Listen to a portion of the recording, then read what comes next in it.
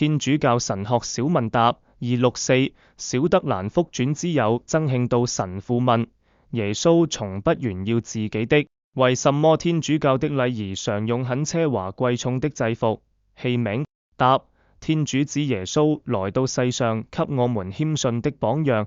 但他會讓別人去尊崇他崇高的身份。當他榮進耶路撒冷城時，他的追隨者把衣服在他走過的路上，並對他歡呼說：何三納，因上主之名而來的，應受讚頌。法利賽人看了不高興，對耶穌說：責斥你的門徒吧。耶穌卻回答說：這些人若不出聲，石頭就要喊叫了。路加福音19章29節，主耶穌在合宜的時間和合，會彰顯自己的權威和光榮。例如，他公開對猶太人說：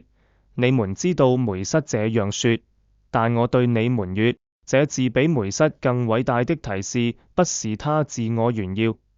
而是實在如此，因為他是神。在大博爾山顯聖容時，他也是為了堅強門徒們的信德的緣故，有意給他們顯示他的神聖和光榮。所以耶穌個人的謙卑確實是真的，但跟天主教友對他的崇敬所表示的慷慨大方沒有一點衝突。不要忘記，耶穌大大感謝讚揚了那位打破玉瓶，把珍貴的值300多塊銀錢的純納爾多香液倒在他頭上的女人。出谷紀14章4節。同樣，